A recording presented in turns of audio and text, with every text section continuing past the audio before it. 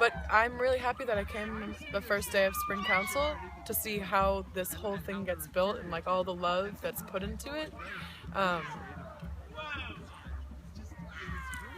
It's amazing. It really is amazing. And it's really lovely to find a place where I can be myself completely. Like the first week probably, people kept on saying, "Welcome home, sister, welcome home." And I didn't get it, and I felt uncomfortable, sort of. I didn't know how to respond. I kept on saying like, "Oh, thank you."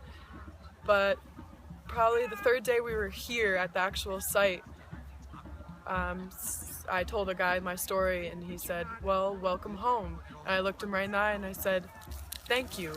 I know what that means now, and thank you.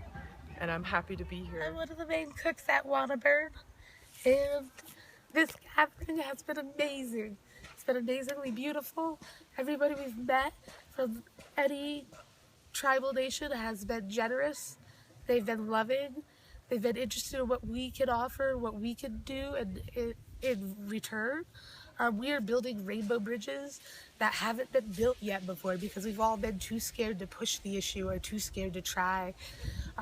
We almost didn't make it to this gathering. Waterburn is from New England, and we almost did not make it because of all the controversy that was going on around about it. We had been hard, but we decided we trusted our family, and family was down here at council and family said it was okay, and we were going to come and support them, and I'm so glad we did. I'm so glad we're here, that we're getting to feed the family the way we're supposed to, and everybody else. We've done so many amazing things. We helped clean up the powwow down at the reservation, the school, and a park. We participated in the Leonard Pelletier March. Leonard Pelletier actually got to talk to the people after the march for 5 minutes from solitary confinement. We're making progress and helping out with the Ogala and the uranium mining situations that are going on, and we're hoping to help with the return of the Black Hills to the Native people. And I don't know what else Rainbow is for but that. So I wish you were all here if you're not, and we love you from the bottom of our hearts, and we look forward to seeing you next time. Everybody else, I was really freaked out. I was all over Facebook. I wish I had a couple days ago. I was getting sick in my stomach every morning, waking up and reading all this crap all over Facebook. In my heart, I didn't believe any of it. I knew some of it was trolls, government trolls, provocateurs, and those trolls, they hate their lives, so they want to make you try to hate yours. But still, there was so much of it, and you really wondered. I didn't want to insult the Lakota. I didn't want to come up here if we were really going to piss them off. None of us did. But I trusted the people in the land more than I trusted Facebook. And I trusted Spirit. And I believe Spirit would not have brought us here if we weren't supposed to be here. How's it been? So even though I had little intrepidations, came anyway. This has been the most awesome gathering. I've been to 23 of them. It's the most awesome gathering I've ever been as far as the spirituality, the closeness of the family, and the Lakota have been awesome. We've traded stories back and forth. It's just been fantastic. And I decided to trust our family's traditions and trust our family's process, which is to council in an open council that anyone is welcome to show up at, that I was not able to make it to. And so I came here to South Dakota. And it has been the most beautiful gathering that I've been to. It has been a chance for us to remember why we love this place, for us to learn from those who have been doing it for 44 years now, and to gather a resolve to do it for 44 more years. And I know that I'll be here for as long as I am alive. And I know that because my family needs me to keep picking up trash. Right? You guys are out here, you guys are looking after each other, you know? That whole talk of family and that love that you guys speak of, right? I love you. Straight up, man. Like, I was like, you know, hearing that coming in, I was like, what the?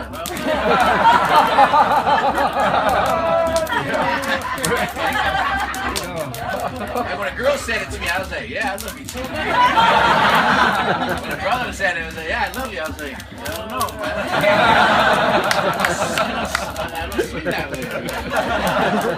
You know, it's weird, but to me, it was like that overall, like, no, for real, you know, we all look after each other.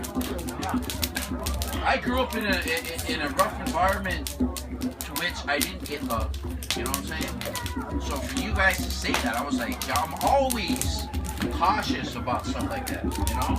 Because I know people mean that from the heart, but I've always had a huge block of it. You see what I'm saying? So when I hear that, I mean, that positive force, and you're just like, hey, wait now, you know?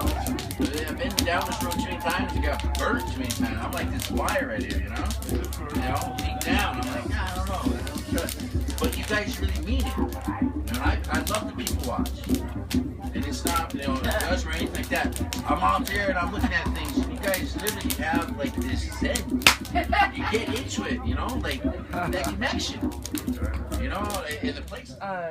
So I'm an environmental science major with an emphasis in indigenous water policy and ethics, water rights, land rights, that kind of stuff.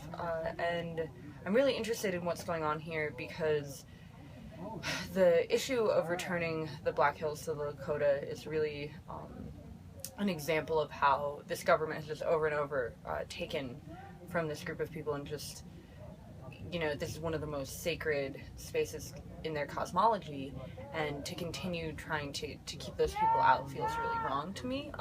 It's just a perpetuation of the colonial mindset that has created a lot of the issues in our country today. A lot of the drought in California was caused by this property rights system over water that allows the commodification of water opposed to recognizing it as sacred and to be shared by all people. So. And then how have you seen the situation with Rainbow dealing with water and sanitation and everything? Right. So they're extremely environmentally conscious with it. I mean, the composting toilets are always really far away from water sources. There's no one's really allowed to camp in riparian zones. There's extreme attention to detail with environmental sensitivity here. I know that some of the Lakota I came with seemed really excited and inspired by the methodology used here, like the structure and the organization of how to set up camp in an environmentally conscious way. And I know there's a lot of excitement around collaboration in that area. Water systems. That's even better, the water system. Yeah, there's a lot we can learn and, you know, make a better future for each other. Yeah, we could learn a lot from each other.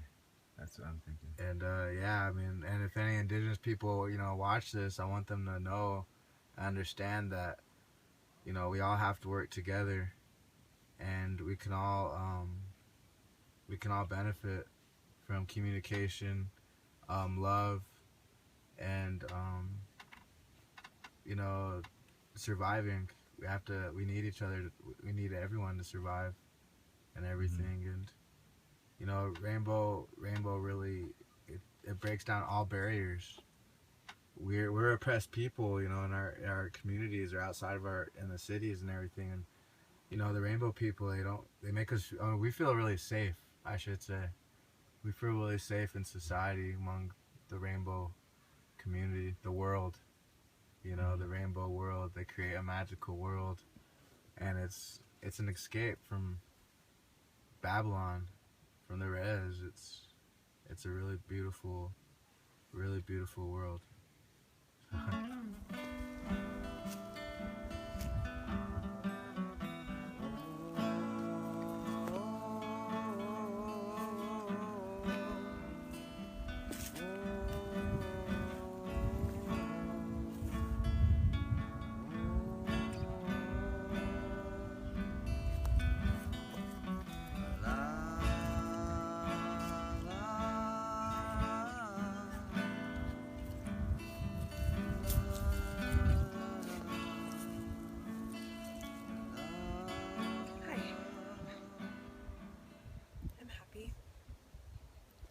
I come from planet Earth, and I made it to this year's Nationals, one of the most sacred places on the planet, the Black Hills of South Dakota. It's magical.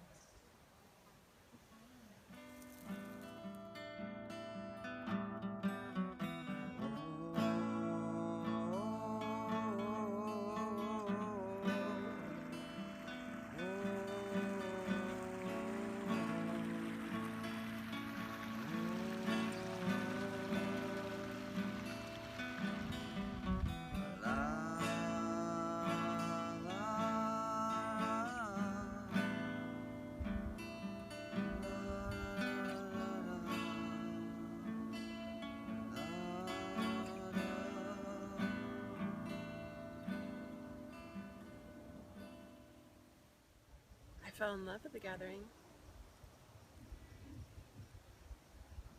It's hard not to when you're so in love with life. Climbing to the tops of mountains and just hearing all types of music all around the valley, and gosh, the moon was so full. Yep. Magic.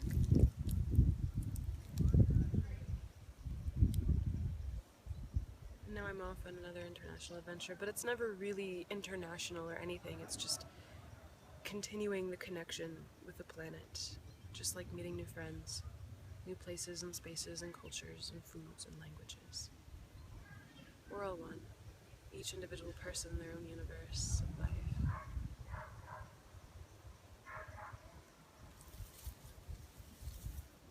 That's what I have to say. We are in a sacred place. We are the Rainbow Family living life, and that's my delight. There I see this family, the spirit right here. And if you look upon the trail, my family, this is our spirit house. This is the house of the folks that passed this year. Make sure on your journeys you come and visit, and the pictures are here.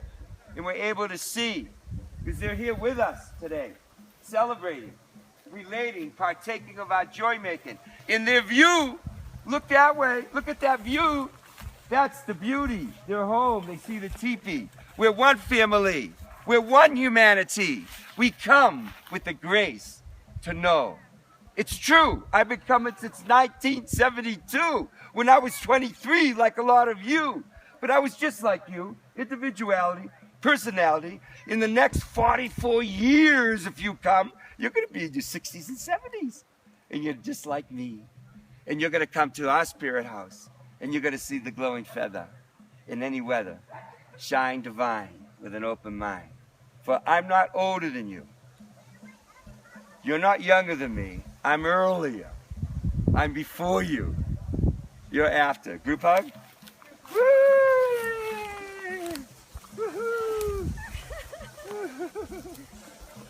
If I had a picture of my son, Mike, he looks so much like him.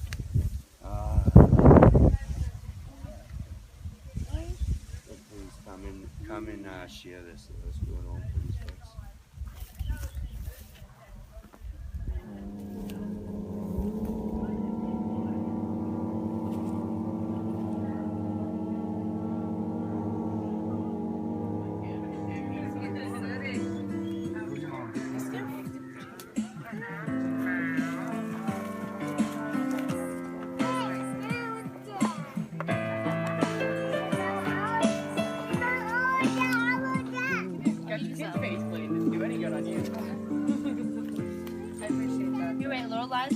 First, and I'll get some of you.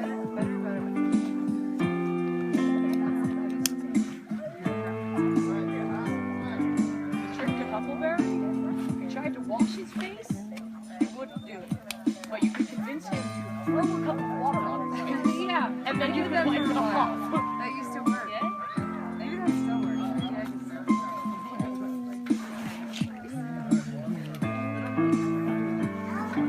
Huckleberry had a couple like really funny little tricks. Like if there was a problem,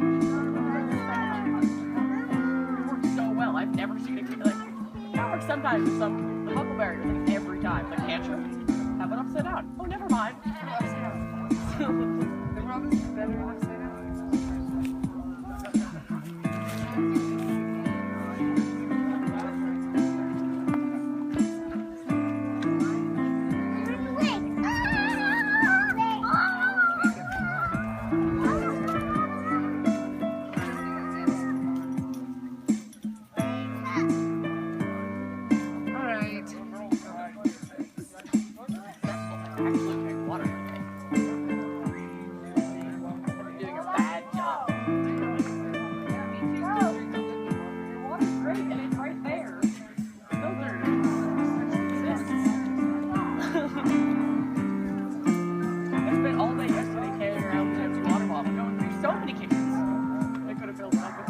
Accepting coffee?